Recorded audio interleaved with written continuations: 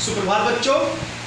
Silver wedding कहानी को लेकर हम लोगों ने अब तक 4 वीडियो देखा है, जिसमें उसके कथ्य से संबंधित तमाम बातों पर हमने विस्तार पूर्वक जिक्र किया है।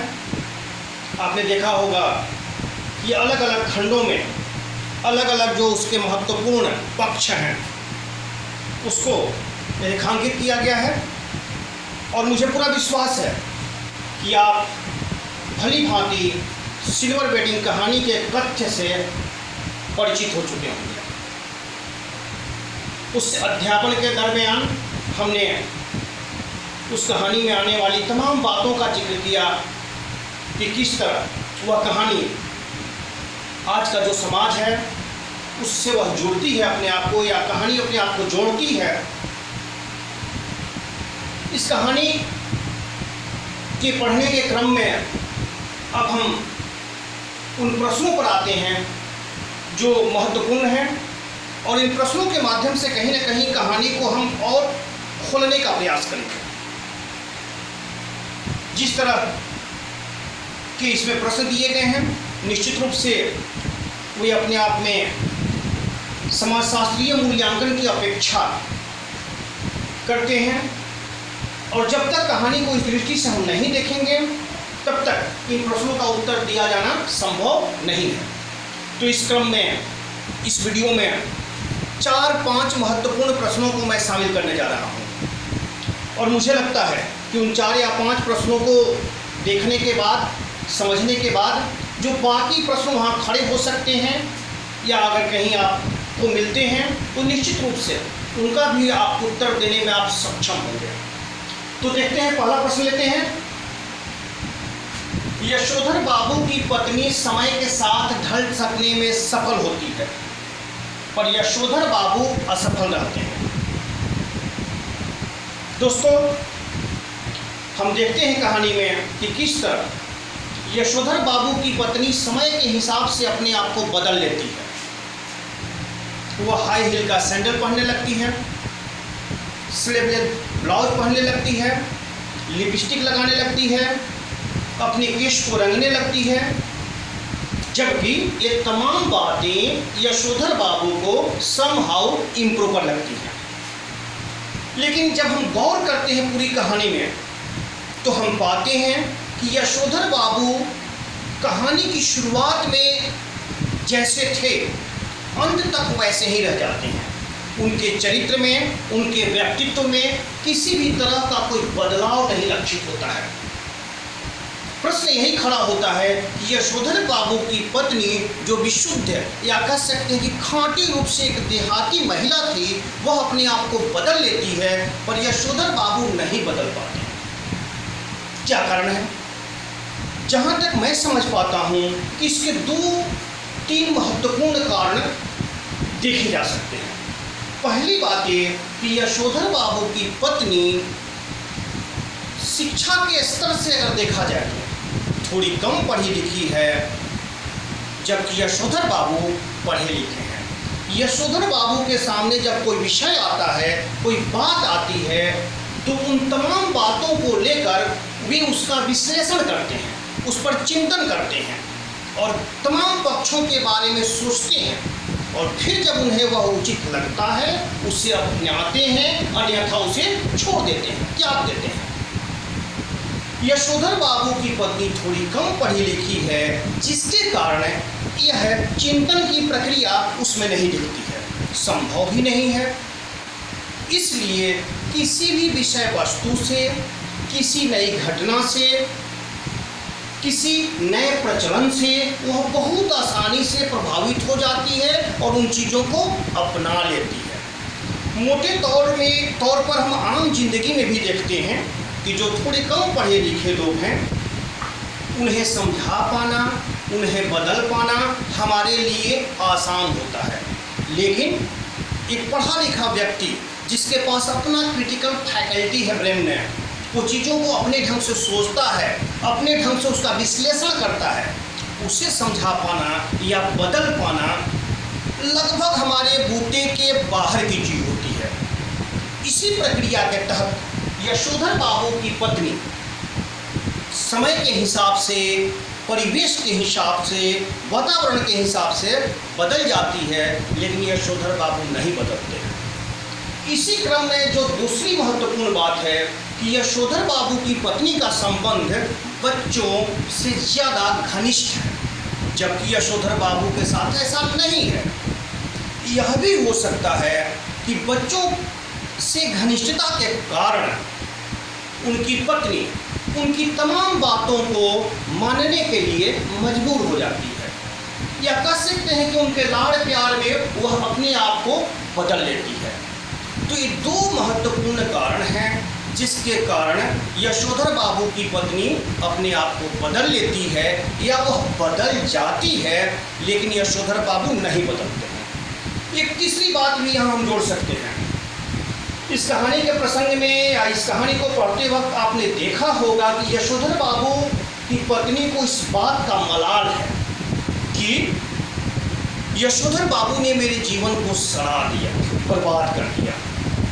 जब मैं शादी करके नई नई इनके घर आई थी, उस जमाने में भी मेरे ऊपर वे तमाम कानून लागू कर दिए गए जो इनके घर की बूढ़ियों पर लागू हुआ करते थे। उससे लगता था कि मेरा जीवन पूरा का पूरा बर्बाद हो गया, और आज मुझे यह मौका मिला है, यह अवसर मिला है। क्यों मिला है? क्योंकि आज उनके बच्चे बड़े हो गए हैं, बच्चे कमाने लगे हैं। अब उन कमाऊ बच्चों के कारण जो नौकरी करने लगे, उनको लगता है कि मुझे मेरे पूरे जीवन में आज एक नया अवसर मिला है, इसलिए उस अवसर को वह खोना नहीं चाहती है, वह यह चुकना नहीं चाह रही है। इसलिए भी वह अपने आप को बदल लेती है, क्योंकि जो उसका पूर्व जीवन है, उस पूर्व जीवन की प्रतिक्रिया के रूप में इसका आचरण कई बार बदलता हुआ प्रतीत होता है। और इन बातों को लेकर कई बार यशोधर बाबू संकेत भी करते हैं। तो यहाँ तीन बातें हुई। यशोधर बाबू की पत्नी थोड़ी कम पढ़ी लिखी हुई है, शिक्षा का स्तर थोड़ा उसका कम है, पहला कारण। दूसरा कारण, बच्चों के प्रति बहुत अधिक लगाव, यह दूसरा कारण है। तीसरा कारण कि अब तक का जीवन उसका बहुत अच्छा नहीं रहा है, इस बात को उनकी पत्नी भी मानती है। तो जब बच्चे नौकरी करने लगते हैं, उनके हाथ में कह सकते हैं कि परिवार की जब सत्ता आती है, तब उसको लगता है कि आज कम से कम यह अवसर आया है और कुछ अपना भी जीवन में जी लूँ, इसलिए भी वो अपने आप को बदल लेते। मुझे लगता है कि पहला प्रश्न आपके समक्ष पूरी तरह से खुल चुका होगा, स्पष्ट हो चुका होगा। अब हम आते हैं दूसरे प्रश्न पर, जो हुआ होगा कि अर्थ छवियाँ। एक प्रसंग आता है कि जो कृष्णदा है, यशोधर बाबू के कह सकते हैं कि मानस पिता, या यूँ कह सकते हैं कि उनके मानस पुत्र यशोधर बाबू हैं। मतलब यशोधर बाबू का पूरा व्यक्तित्व और कुछ दूर तक उनका कर्तृत्व कहीं न कहीं कृष्णदा के व्यक्तित्व से नियंत्रित है, कंट्रोल्ड है। जब उन रिटायरमेंट के बाद वो गांव चले जाते हैं, गांव और कुछ दिनों के बाद उनका कोई ग्रामीण जब यशोधर बाबू से मिलता है और यशोधर बाबू उस ग्रामीण से कृष्णदा के बारे में पूछते हैं, तो इन्हें पता चलता है कि कृष्णदा का निधन हो चुका है। तब ये पूछते हैं कि उनका निधन कैसे हुआ। तब वह व्यक्ति बताता है कि जो हुआ होगा से वो मर गए। कई बार यशोधर बाबू सोचते हैं कि जो हुआ होगा से आदमी कैसे बढ़ता है, लेकिन ये कहानी में बहुत सारी बातें आती हैं और फिर इसका अर्थ धीरे धीरे खुलने लगता है। मतलब यह कि रिटायरमेंट के बाद जो हुआ होगा से मरे। अब हम संभावनाएं तलाश सकते हैं, उसमें अर्थ छवियाँ खोज सकते हैं कि आखिर जो हुआ होगा का क्या क्या अर्थ हो सकता है। पहला तो ये हो सकता है कि रिटायरमेंट के बाद, क्योंकि इनका पूरा परिवार नहीं था या जीवन कुंवारे रहे, इसलिए रिटायरमेंट में के बाद अकेले पड़ गए होंगे, कोई इनकी देख रेख करने वाला नहीं होगा, चाहे वो बीमारी का समय हो, बुढ़ापे का समय हो, कभी भी। तो कहीं न कहीं अकेलापन का शिकार कृष्णदा हुए होंगे। हो सकता है कि अवसाद में चले गए होंगे, हो सकता है डिप्रेशन में चले गए होंगे और इन कारणों के कारण तबीयत बिगड़ती चली गई होगी और अंत में इनका निधन हो गया होगा। एक तो संभावनाएं भी है, या कहीं न कहीं हम कई तरह से इसे सोच सकते हैं। हो सकता है कि किसी ने पैसे के लिए, धन दौलत हड़पने के लिए इनकी हत्या कर दी हो, ये भी संभव है। तो रिटायरमेंट के बाद एक अकेले व्यक्ति जो पेंशनधारी है, घर में बैठकर पेंशन उठा रहा है और वह मर जाता है, उसकी जानकारी हमें नहीं है कि वो कैसे मर गया। तो इसमें बहुत सारी संभावनाएं दिख सकती हैं। अलग अलग पक्षों को अलग अलग तर्कों से हम स्थापित करके उत्तर दे सकते हैं, लेकिन जो भी संभावना आप तलाशते हैं उसके पीछे आपको तर्क स्थापित करना पड़ेगा। सिर्फ कह देना कि नहीं उनके यहाँ डकैती हो गई होगी तो मर गए होंगे, सिर्फ कह देना कि नहीं अवसाद ग्रस्त हो गए होंगे तो मर गए होंगे, इतना काफ़ी ऐसे प्रश्नों के उत्तर लिखने के लिए नहीं है। बल्कि जो भी आपकी मान्यता है, जो भी आप संभावना को वहाँ रेखांकित कर रहे हैं, उसे तर्कों के माध्यम से आपको स्थापित करना है, तब लगेगा कि नहीं एक सटीक उत्तर दिया गया। प्यारे बच्चों, मुझे लगता है कि बात समझ में आ गई होगी और अब मैं आ रहा हूँ तीसरे प्रश्न पर। दरअसल हुआ क्या है कि ये जो इसके कह सकते हैं कि जो एकदम पूरी कहानी के केंद्र में जो कुछ प्रश्न खड़े होते हैं उन चार को मैंने यहाँ शामिल किया है। फिर इसके बहुत सारे ब्रांचेज हैं, कह सकते हैं कि टेल क्वेश्चन बनेंगे और टेल क्वेश्चन का भी उत्तर इन्हीं प्रश्नों पर निर्भर करेगा। जो बच्चे इन प्रश्नों को अगर समझ लें, इनके उत्तर को अच्छी तरह से समझ लें, तो मुझे लगता है कि बाकी प्रश्नों को भी वो अपने ढंग से लिख सकते हैं। जो तीसरा प्रश्न है, वर्तमान समय में परिवार की संरचना और कहानी के बीच संरचना में क्या सामंजस्य है।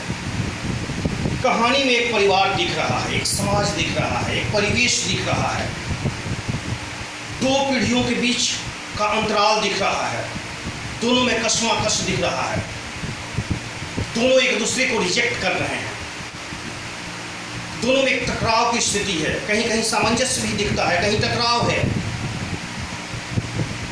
प्रश्न यह है कि यह जो समाज कहानी में चित्रित हुआ है, जिसका चित्रण कहानीकार ने इस कहानी में जिस समाज का किया है, क्या वह समाज और जिस समाज को वर्तमान में आज हम देख रहे हैं, आप देख रहे हैं, क्या दोनों में कोई सामंजस्य बैठता हुआ प्रतीत हो रहा है।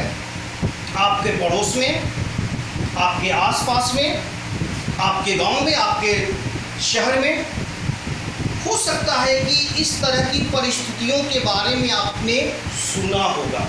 हो सकता है कि आपके बगल में, आपके पड़ोस में किसी का घर है जिसमें इस तरह का जीवन आपको दिखा होगा।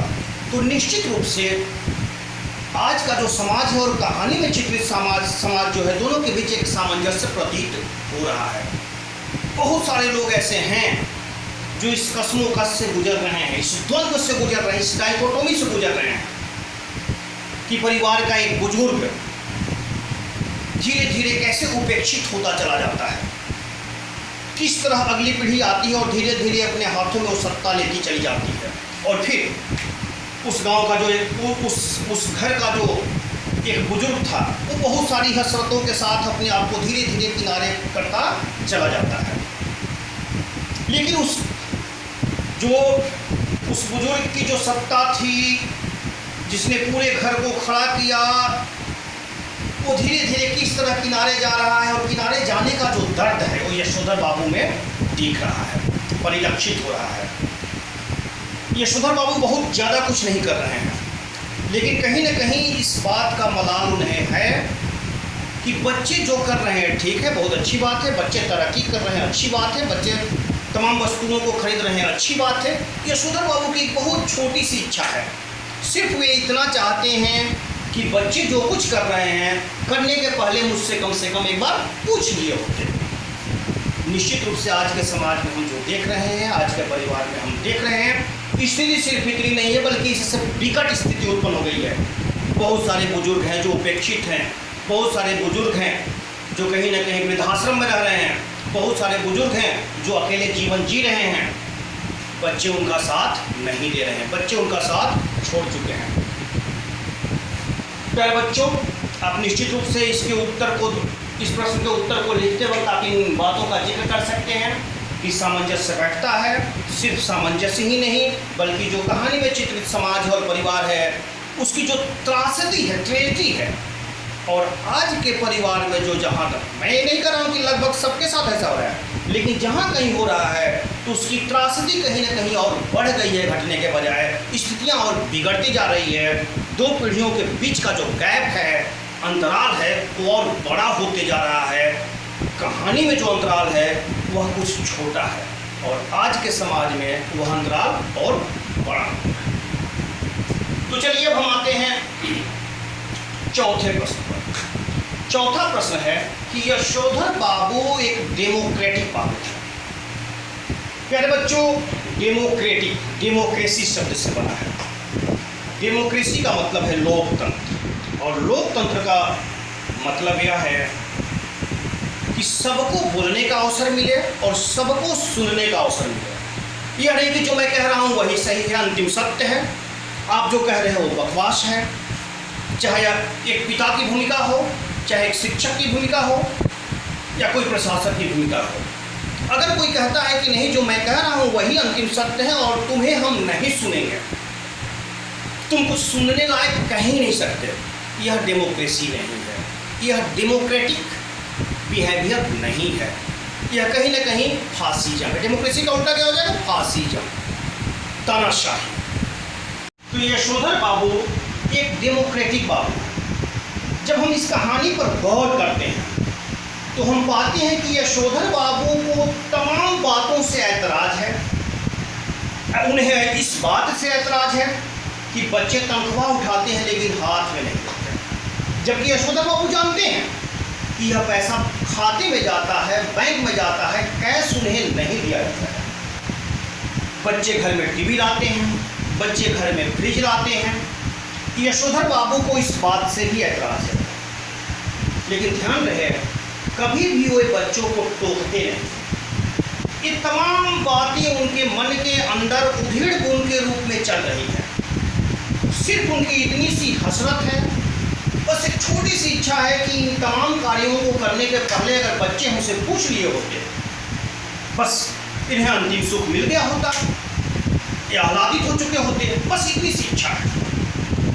पत्नी का स्लीवलेस ब्लाउज पहनना, पत्नी का लिपस्टिक लगाना, तमाम और ऐसी बातें हैं, चाहे उनके बच्चों से संबंधित हो, बच्चियों से संबंधित हो, पत्नी से संबंधित हो।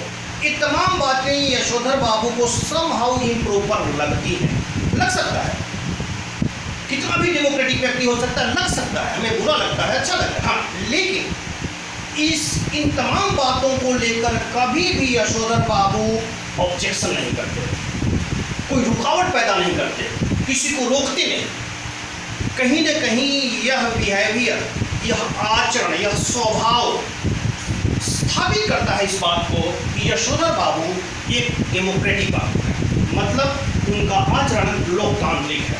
अगर लोकतांत्रिक नहीं होता तो अपनी पत्नी को रोक देते, बोलते कि नहीं लिपस्टिक मत लगाओ, बच्चों को रोक देते, हो सकता है कि बात और बिगड़ जाती, आपस में झगड़ा होता। लेकिन यशोधर बाबू ऐसा नहीं कहते। यशोधर बाबू सिर्फ इतना कहकर छोड़ देते हैं कि समहाउ ये चीज़ें हमें इम्प्रॉपर मालूम होती हैं। चाहे सिल्वर वेडिंग का आयोजन हो, बच्चे उसका आयोजन कर लेते हैं, यशोधर बाबू उसमें शरीक होते हैं, लेकिन सिर्फ इतना बता देते हैं कि समहाउ इम्प्रॉपर मुझे लगता है कि अच्छा नहीं है। चाहे संबंधियों के बारे में बच्चों का स्टेटमेंट हो, ये चाहते हैं कि नहीं अपने संबंधियों की हम सहायता करते रहें, चाहे उनका सुख हो चाहे उनका दुख हो, उस वक्त हमें उनका साथ देना चाहिए, उसमें शरीक होना चाहिए। बच्चों को यह लगता है कि नहीं ये बकवास है, ठीक है, बच्चे पैसा देने से इनकार कर देते हैं। यशोधर बाबू को लगता है कि नहीं मैं जिंदा हूँ, मैं कर्ज लेकर दे दूंगा, मैं सूद पर पैसा उठाऊंगा दे दूंगा। इन तमाम बातों पर जब हम गौर से विचार करते हैं, इसका विश्लेषण करते हैं, और अंततः जब हम यशोधर बाबू के स्वभाव के तह में जाते हैं, तो हमें लगता है कि कहीं ना कहीं